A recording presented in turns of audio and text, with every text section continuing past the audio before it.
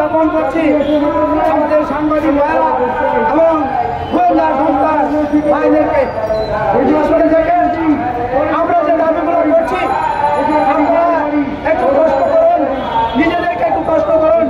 500 টাকা মেডিকেল ভাড়া এটা হয় না, 1000 টাকা বাড়ি ভাড়া এটা হয় না, আর 3000 বা 3100 টাকা উৎসব ভাতা এটা দিয়ে শিক্ষকদের বাচ্চাদেরকে ঈদ করা সম্ভব, বাচ্চাদেরকে দিয়ে ঈদ করা সম্ভব না। আজকে আমাদের পিঠ ওয়ালে রেখে গিয়েছে। আমরা দীর্ঘদিন আন্দোলন করেছি, কিন্তু বিগত সরকারের আন্দোলনে আমরা কিছু পাইনি।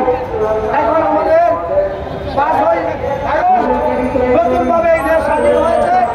এইখানে ছাত্র জনতার অভ্যুত্থান, যেখানে আমাদের শিক্ষকদের স্বতঃস্ফূর্তভাবে সমর্থন ছিল এবং আমাদের ছাত্ররাই এই নতুনভাবে দেশকে স্বাধীন করেছে।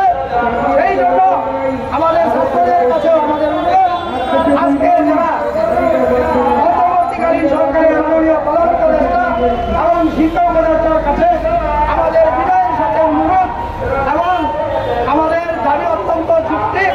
এই যৌক্তিক দাবিটুকু আপনারা মেনে নিন। আপনারা বিদ্যালয়ের কোষাগারে প্রত্যেকটা স্কুলে যে টাকা আছে সেই টাকা দিয়ে যান এবং সাথে সাথে আমাদেরকে সরকারিকরণ, জাতীয়করণ করুন।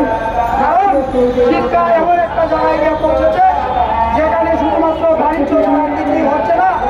এক শ্রেণীর লোকেরা তারা ম্যানেজিং কমিটিতে ঢুকে স্কুলের টাকা পয়সাকে তছনছ করতে চায় এবং অলরেডি তছনছ করছে।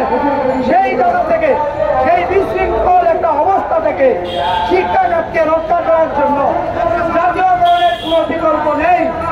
আমি মনে করি, আমি প্রত্যন্ত অঞ্চলের একজন প্রধান শিক্ষক হিসাবে, আমি কোনো শিক্ষক নয়, একজন প্রধান শিক্ষক হিসাবে আমাদের তরুণ শিক্ষকদের অনুরোধে এবং আমাদের সাথে আমরা অনেক শিক্ষক এখানে এসেছি।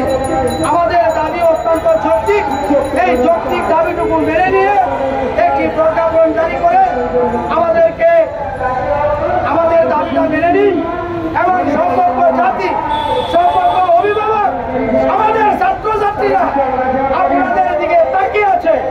আপনারা কখন একটি সুন্দর ঘোষণা দিবেন, কখন একটি প্রজ্ঞাপন জারি করবেন, কখন আমাদের নেতৃবৃন্দের সাথে আমাদের অধিকারের সুরাহা করবেন, সেই আশা প্রত্যাশা নিয়ে সমগ্র জাতি বসে আছে।